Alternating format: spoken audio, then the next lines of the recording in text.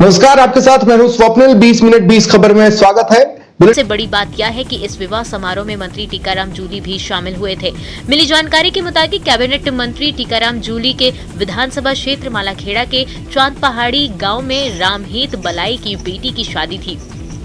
थानागाजी के क्षेत्र बिहारी वास गांव से बारात आई थी। बारातियों का डीजे पर डांस करना गांव के दबंगों को पसंद नहीं आया और उन्होंने पहले डीजे बंद करवाया, फिर बारातियों के साथ जमकर मारपीट की। मामले की सूचना आग की तरह आसपास के गांव में फैल गई। मामले की जांच पड़ताल के लिए डिप्टी एसपी रामहीत बलाई के घर पहुंचे और लोगों से पूछताछ कर उनके बयान दर्ज किए। वैसे अलवर में दलित बारात पर हमले का यह पहला मामला नहीं है, इससे पहले भी कई मामले सामने आ चुके हैं। नागौर में भिखारियों से मारपीट के आरोप में घिरे एक आरपीएफ जवान को सस्पेंड कर दिया गया। बताया जाता है कि 3 दिन पहले आरपीएफ के जवान से मकराना रेलवे स्टेशन पर 2 भिखारियों से मारपीट की थी, जिसका वीडियो सोशल मीडिया पर वायरल हो गया, जिसमें आरपीएफ का जवान वेटिंग रूम में सो रहे भिखारियों से मारपीट करता नजर आ रहा है। वहां से सामने आए वीडियो में जवान एक भिखारी को लात मारते हुए वहां से चले जाने के लिए कहता दिख रहा है। आरपीएफ के जवान ने उस भिखारी को एक के बाद कई लातें मारी, लेकिन मार खाने के बाद भी भिखारी वहीं डटा रहा, जिससे जवान और बौखला गया और उसने गुस्से में आकर जमीन पर सो रहे दूसरे भिखारी को खींचकर वहीं थोड़ी दूर पर पटक दिया।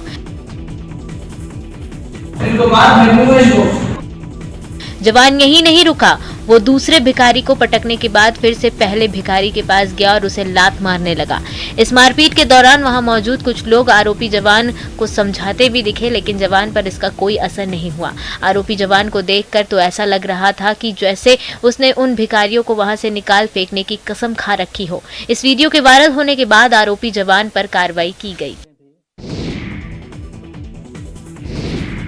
झालावाड़ जिले के झालरा पाटन स्थित राजकीय आवासीय विद्यालय के प्रिंसिपल रामगोपाल मीणा ने शराब पीकर अपने साथियों के साथ जमकर उत्पात मचाया। बाद में सूचना पर मौके पर पहुंचे व्याख्याता और वार्डन के साथ भी मारपीट की और व्याख्याता की हथेली चबा डाली। इस दौरान मौके पर पहुंचे वार्डन की पत्नी के साथ भी प्रिंसिपल ने नशे में बदसलूकी की। सारे मामले को लेकर व्याख्याता और वार्डन ने झालरा पाटन पुलिस थाने में प्रचार और उसके साथियों के खिलाफ मुकदमा दर्ज कराया है। ये पैसा आया था हमारे को हॉस्टल की पुताई के लिए 5,61,000 रुपए, जिसमें वो प्रिंसिपल का कहना था कि 5 लाख इसमें खर्च हो गया और हमारे वार्डन का कहना है कि वे बचे हुए पैसे खिड़कियां लगाते हैं और वे जैसे इन्होंने ऐसा नहीं माना तो इसने ऐसा किया करे। किसने? प्रिंसिपल सर ने। एक तो सर ये प्रिंसिपल रामगोपाल जी थे और बाकी उनके साथी और थे, तो भाग करके सीधे रवाना होकर आए। आप लोगों का कहना है कि वो शराब के नशे में तो सर डेली रहते हैं। एक लाचार आदिवासी बेटी पिछले 6 महीने से अपने दिवंगत पिता के शव का इंतजार कर रही है। 19 वर्षीय आदिवासी बेटी उर्वशी के पिता हितेंद्र गरासिया की 17 जुलाई 2021 को रूस में मौत हो गई थी। मौत के 1 महीने बाद परिवार वालों को हितेंद्र गरासिया के बारे में सूचना मिली थी। तब से पीड़ित परिवार हितेंद्र के शव को भारत लाने के लिए लगातार गुहार लगा रहा है, लेकिन भारत सरकार की ओर से कोई मदद नहीं मिली। मदद मिलना तो दूर, भारत सरकार ने राष्ट्रपति सचिवालय और कोर्ट में झूठी सूचना देकर गुमराह किया। लाचार बेटी ने प्रधानमंत्री नरेंद्र मोदी को पत्र लिखकर न्याय की गुहार लगाई है। वहीं दिवंगत का शव भारत लाने के लिए पीड़ित परिवार ने राजस्थान हाईकोर्ट का भी दरवाजा खटखटाया था। 15 दिसंबर को सुनवाई के दौरान भारत सरकार के प्रतिनिधि ने राजस्थान हाईकोर्ट में कहा था कि मृतक हितेंद्र गरासिया के शव का एफएसएल नहीं हुआ है। एफएसएल जांच के लिए शव रूस में रखा हुआ है। 15 दिसंबर 2021 को राजस्थान हाईकोर्ट ने रूस सरकार के कारण बताओ नोटिस जारी करते हुए हितेंद्र के शव को दफनाने पर रोक लगाई थी, जिसके कुछ दिनों बाद पता चला कि रूस सरकार ने तो 3 दिसंबर 2021 को ही हितेंद्र के शव को दफना दिया था। वो जमाना गया जब स्टूडेंट्स डॉक्टर और इंजीनियर की पढ़ाई में ही दिलचस्पी दिखाते थे, बल्कि आज के दौर में वे कृषि क्षेत्र में भी अपना भविष्य बना रहे हैं। कृषि शिक्षा की ओर रुचि दिखा रहे हैं और इसकी वजह भी है। कृषि में देश को और सशक्त बनाने के लिए सरकार एड़ी चोटी का जोर लगा रही है। दरअसल मौजूदा वक्त में कृषि संबंधित कई कोर्स और डिग्री उपलब्ध हैं, जिनकी पढ़ाई पर यूथ कृषि की संपूर्ण जानकारी हासिल कर रहे हैं। खास बात यह है कि कृषि क्षेत्र को बढ़ावा देने के लिए कृषि संकाय में पढ़ाई करने वाले को प्रोत्साहित किया जा रहा है। ऐसे ही एक खास कदम राजस्थान सरकार ने उठाया है, लेकिन डूंगरपुर जिले में एसटी वर्ग की 293 छात्राओं को अभी तक उनकी प्रोत्साहन राशि नहीं मिल पाई है। विभाग से राशि का आवंटन नहीं होने से इन बेटियों को अभी तक अपनी प्रोत्साहन राशि नहीं मिली है। जिम्मेदार कहते हैं कि सरकार से बजट मिलते ही शेष छात्राओं को भी प्रोत्साहन राशि मुहैया करा दी जाएगी। कृषि छात्राओं को जो राशि दी जाती है इसमें प्रत्येक अध्ययनरत कृषि में अध्ययनरत छात्राओं को 5,000 रुपया कॉलेज में है तो उसे 12,000 रुपया दिया जाता है। भारतीय रेल देश की लाइफलाइन। रोज करोड़ों यात्रियों को उनकी मंजिल तक पहुंचाने वाली ट्रेन यात्रा बाकी यात्राओं के मुकाबले न सिर्फ सस्ती है बल्कि सुरक्षित और आरामदायक भी है। यही वजह है कि जब कभी भी हमें परिवार या दोस्तों के साथ कहीं जाना होता है तो हम ट्रेन को ही चुनते हैं। तो जनाब, अगर आप भी ट्रेनों में यात्रा करते हैं तो ये खबर आपके लिए बहुत जरूरी है। रेल में सफर करते हुए रात 10 बजे के बाद अगर किसी भी यात्री की वजह से दूसरे यात्री के आराम या नींद डिस्टर्ब होती है तो रेलवे पुलिस कड़ी कानूनी कार्रवाई करेगी। जी हाँ, रात 10 बजे के बाद ना शोर कर सकते हैं, ना तेज बोल सकते हैं, ना लाइट जला सकते हैं, ना बिना ईयरफोन के म्यूजिक सुन सकते हैं। रेलवे ने यात्रियों के सुविधाजनक सफर के लिए ये ड्राइव शुरू किया है। रात 10 बजे के बाद अगर किसी तरह की परेशानी आप महसूस करें तो रेल में मौजूद स्टाफ को आप अपनी शिकायत दर्ज करवा सकते हैं। कार्रवाई न होने पर इसके लिए रेल का मौजूदा स्टाफ जिम्मेदार होगा। सफर कर रहे हैं उनको 10 बजे के उपरांत या कोई लाउड फोन कॉल कर रहा हो या लाउड म्यूजिक बजा रहा हो या जनरल लाइट का यूज कर रहा हो, उसको कम करने के लिए ये ड्राइव चलाई जा रही है। आज के दौर में सोशल मीडिया की ताकत को नकारा नहीं जा सकता। कोरोना काल के दौरान यह माध्यम और ज्यादा महत्वपूर्ण हो गया। खास तौर पर 5 राज्यों में होने जा रहे चुनाव में रैलियों पर रोक के बाद राजनीतिक दलों और राजनेताओं के लिए इसका महत्व और ज्यादा बढ़ गया है। यही वजह है कि प्रदेश के नेता भी इन दिनों सोशल मीडिया पर ज्यादा सक्रिय हो गए हैं। नेता सोशल मीडिया पर अपने फॉलोअर्स बढ़ाने की कवायद में जुटे हैं ताकि चुनाव के दौरान इस ताकत का उपयोग किया जा सके। प्रदेश में 2023 में विधानसभा चुनाव होंगे। अगर उस वक्त तक भी हालात नहीं सुधरते हैं तो सोशल मीडिया ही चुनाव में सबसे प्रभावी भूमिका निभाएगा। तो सोशल मीडिया के जरिए प्रचार बढ़ा है और मैं ये मानता हूँ कि ये थीम भी बड़ी है। तो ये जो प्रचार हो रहा है लोगों तक संदेश सोशल मीडिया के जरिए पहुंचाया जा सकता है, वो पहुंचेगा।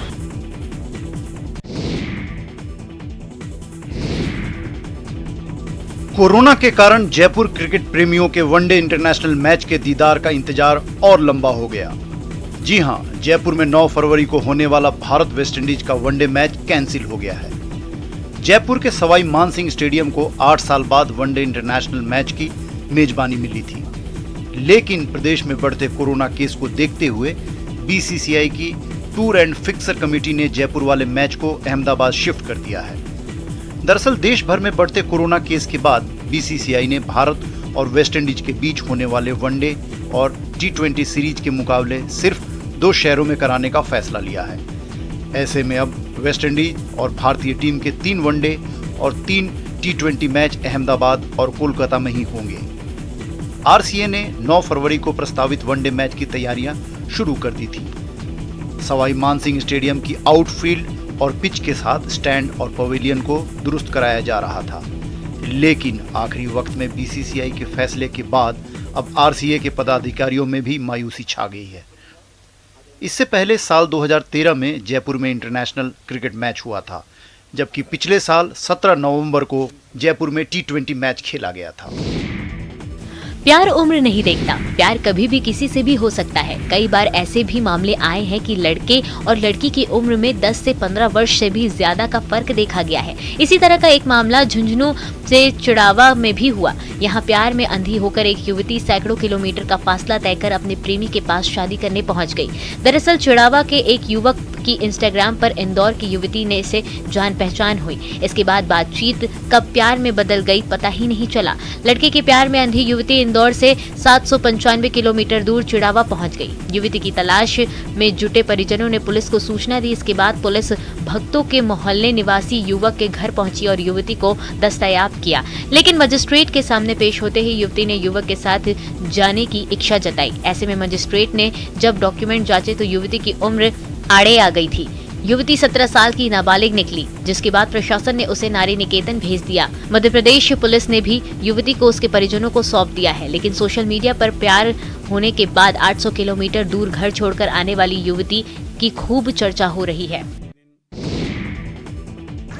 विश्व प्रसिद्ध आस्था धाम मेहंदीपुर बालाजी कस्बे के व्यापारियों और आसपास के ग्रामीणों के सामने बालाजी मंदिर बंद होने के चलते रोजी रोटी का संकट खड़ा हो गया है। इसके चलते आस्था धाम के व्यापारियों ने मेहंदीपुर बालाजी के मुख्य बाजार में विरोध प्रदर्शन किया और जिला प्रशासन से मंदिर खुलवाने की मांग की। व्यापारियों का कहना है कि आस्था धाम और आसपास के ग्रामीणों की रोजी रोटी का एकमात्र साधन मंदिर है। मंदिर में दर्शन करने आने वाले श्रद्धालु से ही आस्था धाम और आसपास के गाँव के लोगों की आजीविका चलती है, लेकिन मंदिर बंद होने से लोगों को भारी आर्थिक परेशानी का सामना करना पड़ रहा है। कोविड-19 के बढ़ते संक्रमण को देखते हुए पिछले 13 दिनों से दौसा का प्रसिद्ध मेहंदीपुर बालाजी मंदिर दर्शनों के लिए बंद है, जिसका व्यापारी लगातार विरोध कर रहे हैं। रविवार को भी व्यापारियों ने मेहंदीपुर बालाजी कस्बे में एकत्रित होकर विरोध प्रदर्शन किया और राज्य सरकार और जिला प्रशासन से मंदिर खोलने की अनुमति देने की मांग की। अभी मेहंदीपुर बालाजी आसपास के वासी प्रशासन से अनुरोध करते हैं कि ये बालाजी मंदिर जल्दी से जल्दी खुलवाया जाए, जिससे हमारी आजीविका का कार्य चले। सरिस्का बाग परियोजना में पर्यटकों को लुभाने के लिए अलवर में नया सफारी रूट शुरू किया गया है। सामाजिक न्याय और अधिकारिता मंत्री टीकाराम जूली के हाथों सफारी रूट का शुभारंभ कराया गया। अलवर बफर जोन का नया रूट बारालिवारी में शुरू होकर सिलीसेड़ के पास तक और बाला किला के पीछे सुगन होदी तक जाएगा। वर्तमान में इसी रूट के इर्द गिर्द 3 बाघ बाघिन का विचरण है। अब अलवर बफर जोन में सफारी के लिए 2 रूट हो चुके हैं। वहीं सरिस्का में 3 और नए रूट खोलने के प्रस्ताव राज्य सरकार को भेजे गए हैं। सरिस्का टाइगर रिजर्व के बफर जोन में नया रूट खुलने से स्थानीय ग्रामीणों की आय का स्रोत बढ़ेगा। वहीं पर्यटकों को सरिस्का टाइगर रिजर्व के प्राकृतिक सौंदर्य को निहारने का अवसर मिलेगा। एक नया ट्रैक यहाँ पे शुरू हुआ है, नया रूट यहाँ पे बना है और अभी तक जितने भी रूट थे वो सारे सरिस्का जो यहाँ से 30 किलोमीटर जाने के बाद में शुरू होते थे। ये पहला ऐसा ट्रैक है जो शहर से शुरू हो रहा है और इसके अलावा और भी 3 नए ट्रैक बनाए जाएंगे, जिसके अंदर अभी यहाँ टाइग्रेस ने बच्चे भी दिए हैं अभी 400 मीटर की दूरी पे, तो लोगों को उनके भी दर्शन होंगे। ज्वाला जज्बात वतन परस्ती नयू बया होगी, कर मुकाम हासिल पहले हिंद सलाम होगी। कंठ से बोल बमुश्किल फूट पा रहे हैं, चंद पलों के बाद ही जुबान लड़खड़ा जाती है। लेकिन सवाल पूछिए तो जवाब देने का अंदाज विस्मित कर देता है, सामने वाले को हैरत से भर देता है।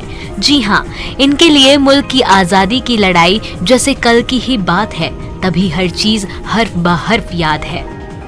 देश प्रेम की भावना उम्र के असर से बेअसर है, तभी जिस उम्र में लोग अपना नाम भी बहुत मुश्किल से उच्चार कर पाते हैं, इस उम्र में सेडूराम नेताजी सुभाष चंद्र बोस के साथ आज़ादी की लड़ाई के लिए उठाए गए एक एक कदम को हूबहू बयान कर रहे हैं।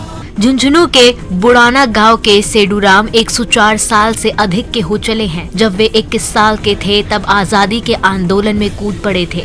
नेताजी सुभाष चंद्र बोस की आज़ाद हिंद फौज के सिपाही के तौर पर वे जर्मनी और जापान गए। जेल में भयानक यातनाएं सही, लेकिन वतन परस्ती का जज्बा रास्ते की हर मुश्किल पर भारी पड़ा। जयपुर के नाहरगढ़ बायोलॉजिकल पार्क में बने वुल्फ ब्रीडिंग सेंटर से वन्य जीव प्रेमियों के लिए अच्छी खबर आई है। यहाँ 2 मादा भेड़ियों ने 10 बच्चों को जन्म दिया है। नाहरगढ़ बायोलॉजिकल पार्क में अब 23 भेड़िए हो चुके हैं। बायोलॉजिकल पार्क के वरिष्ठ वन जीव पशु चिकित्सक डॉक्टर अरविंद माथुर के मुताबिक सभी बच्चे पूर्ण रूप से स्वस्थ हैं। नाहरगढ़ बायोलॉजिकल पार्क में देश में सबसे ज्यादा वुल्फ यानी भेड़िए हो चुके हैं। इससे पहले कभी ऐसा नहीं हुआ कि यहाँ एक साथ इतने बच्चों का जन्म हुआ हो। ये खबर इसलिए भी बहुत मायने रखती है क्योंकि भेड़िया लुप्त होते की कगार पर नजर आ रहे थे। आपको बताते चले कि केंद्र सरकार से मान्यता प्राप्त राजधानी जयपुर में देश का एकमात्र वुल्फ ब्रीडिंग सेंटर है। इस वुल्फ ब्रीडिंग सेंटर से कई बार भेड़ियों का सफल प्रजनन हो चुका है। उदयपुर में लुड़दा गांव की रहने वाली अन्नपूर्णा यूनेस्को की विश्व किशोर संसद में बतौर इन्फ्लुएंसर सांसद के रूप में शामिल हुई। किशोर संसद के दुनिया भर के 300 प्रतिभागियों का चयन किया गया था और उसमें टॉप 200 का सिलेक्शन किया गया था। दरअसल वर्ल्ड टीन पार्लियामेंट 2021 की ओर से जुलाई महीने में एक फॉर्म निकालकर दुनिया भर के युवाओं में से 59 सेकंड का एक वीडियो बनाकर मैं दुनिया को कैसे सुधार सकता हूं विषय पर उनकी राय जानी गई थी। उस विषय पर उदयपुर की अन्नपूर्णा ने भी अंग्रेजी भाषा में 59 सेकंड का वीडियो वर्ल्ड टीन पार्लियामेंट के फेसबुक पेज पर अपलोड किया। Then I think that lateral entrant should be enrolled with the government for the take care of various government policies and the post. Then one thing which I really want to change is the education system. I think education should be knowledge oriented, not only get a degree for the better job. Annapurna का चयन होने के बाद पहला parliamentary session zoom meeting पर आयोजित किया गया। इस सेशन में राजस्थान विधानसभा के अध्यक्ष डॉक्टर सीपी जोशी भी ऑनलाइन मौजूद रहे। डॉक्टर सीपी जोशी ने कार्यक्रम में दुनिया के अलग अलग देशों में डेमोक्रेसी के अलग अलग तरीकों की जानकारी दी। और अब देख लेते हैं कुछ अन्य राज्यों की खबरें। साजिश को असम पुलिस ने नाकाम कर दिया है। असम पुलिस ने बड़ी कामयाबी हासिल करते हुए कार्बी आंगलोंग के जिला मुख्यालय दीफू में भारी मात्रा में हथियार और गोला बारूद बरामद किया है। बताया जाता है कि हथियार कार्बी आंगलोंग के संगठन कार्बी डेमोक्रेटिक लिबरेशन फ्रंट के ठिकानों से हथियार बरामद किए गए हैं। पुलिस ने यहां से 3 AK series rifle, 6 magazine pistol, 1.22 rifle, एक हाथ से बनी 303 राइफल, एक हाथ से बनी पिस्तौल, 4 HE-39 hand grenade, HE-39 hand grenade के 9 डेटोनेटर, 7 बम, 180 राउंड गोलियां बरामद की। इसके अलावा राइफल 180 गोलियों के साथ पिस्टल 66 गोलियों और 0.22 पिस्टल की 31 राउंड गोलियां भी बरामद की गई है। हालांकि इस मामले में अभी तक किसी को गिरफ्तार नहीं किया जा सका। उत्तर प्रदेश की चुनावी सरगर्मियों के बीच राजस्थान के भरतपुर से सांसद रह चुके रामस्वरूप कोली का एक डांस वीडियो वायरल हो रहा है।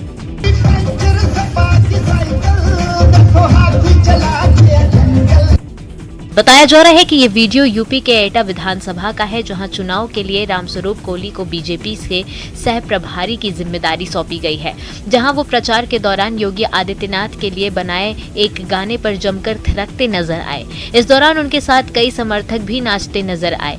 भगवा कुर्ते और सफेद धोती में पूर्व सांसद ने काफी देर तक यूं ही डांस किया, जिसका वीडियो सोशल मीडिया पर तेजी से वायरल हो गया। उनके इस जोरदार डांस को देखने के लिए वहां लोगों की भीड़ जुटी नजर आई। उत्तर प्रदेश चुनाव के लिए तमाम पार्टियों ने अपनी पूरी ताकत झोंक दी है। एटा विधानसभा समाजवादी पार्टी के लिए खास मानी जाती है, इसलिए बीजेपी ने यहां प्रचार की जिम्मेदारी राजस्थान के भरतपुर के पूर्व सांसद रामस्वरूप कोली को दी है, जहां चुनावी गाने पर थिरकते हुए उनका ये वीडियो वायरल हो गया।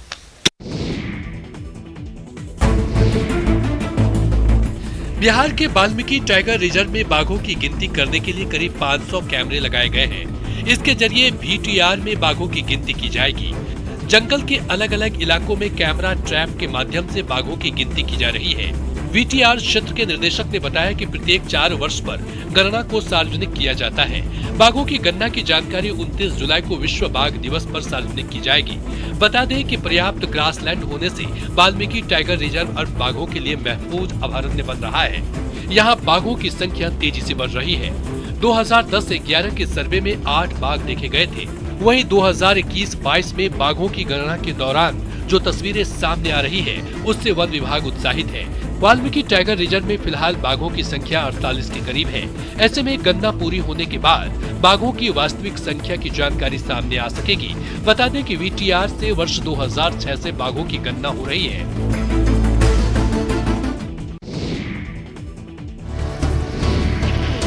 सर्द मौसम में लिट्टी की तलब लगी हो या फिर नमकीन सत्तू के घोल से दिन की शुरुआत करनी हो, घर से कहीं दूर जाने की जरूरत नहीं।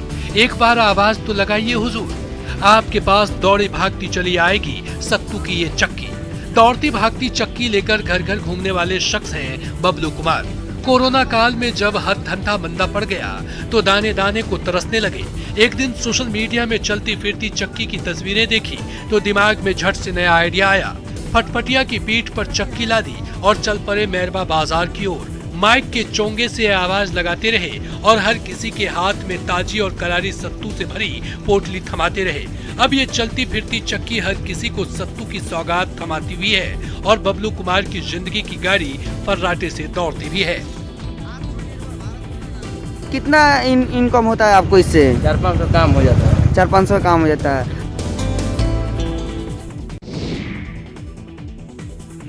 हिमाचल प्रदेश की राजधानी शिमला में फिर हिमपात हुआ। पहाड़ों की रानी में रिज मैदान में मॉल रोड पर जहां हल्की बर्फबारी हुई, वहीं जाखू, कुफरी, नारकंडा, खड़ा पत्थर समेत ऊंचाई वाले इलाकों में जमकर बर्फ गिरी। रिज मैदान में सैलानी बर्फ का लुत्फ उठाते हुए नजर आए। रिज मैदान पर रुक रुक कर बर्फ के फाहे गिरते रहे। पर्यटकों ने सिर्फ बर्फ की जमकर मस्ती ही नहीं की, सैलानियों की आमद में भी खासी बढ़ोतरी दर्ज की जा रही है।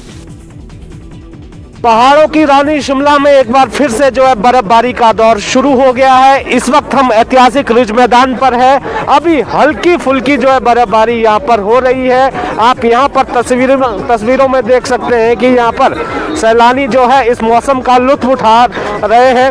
क्या नाम है भाई साहब आपका? हिमांशु शर्मा। कहाँ से आए हो? दिल्ली से। क्या कहना चाहेंगे? अभी तो बर्फबारी हल्की शुरू हुई है। बहुत अच्छा लग रहा है। It's really feeling great. इससे पहले देखी थी? ना, इससे पहले हमारा फर्स्ट टाइम है। इनफैक्ट हम मनाली पर होकर आए थे पर वहाँ हमें नहीं मिली स्नोफॉल, तो यहाँ हमारा फर्स्ट टाइम है हम सबका। हम सारे दिल्ली से आए हैं। हिमाचल प्रदेश की लाहौल घाटी संभावनाओं का इलाका है। तस्वीरें इसकी तस्दीक करती है। अटल टनल रोहतांग के खुल जाने के बाद लाहौल घाटी में शीतकालीन साहसिक गतिविधियों की संभावनाएं काफी बढ़ गई हैं। इंटरेस्ट बढ़ रहा है लोगों में और लोग इस स्पोर्ट को एक रिक्रिएशनल एक्टिविटी, एडवेंचर एक्टिविटी की तरह देखना शुरू कर रहे हैं। घाटी की भौगोलिक पृष्ठभूमि आइस क्लाइंबिंग के साथ ice hockey, skiing, sledging, winter camping के लिए माकूल है। इससे युवाओं को रोजगार के अवसर उपलब्ध होंगे। प्रशिक्षकों का कहना है कि अटल टनल रोहतांग खुलने के बाद सर्दियों के दौरान लाहौल में बड़ी आसानी से आया जाया जा सकता है, जो आने वाले वर्षों में इन खेलों को आगे ले जाने में सहायक सिद्ध होगा। प्रशिक्षकों का कहना है कि इस प्रकार की गतिविधियों को स्थानीय बेरोजगार युवाओं को रोजगार मिलेगा, इलाके की तस्वीर बदलेगी। आप देख रहे हैं कि हम लोग 3 या 4 बैच करवा रहे हैं, जिसमें 30 या 40 लोग मिनिमम आ जाते हैं और इस साल सबसे ज़्यादा लोग आइस क्लाइंबिंग करने के लिए यहाँ पे आए और साथ ही साथ जो यहाँ के लोकल लोग हैं उनमें भी काफ़ी ज़्यादा रुचि बढ़ी है। फिलहाल इतना ही। नमस्कार।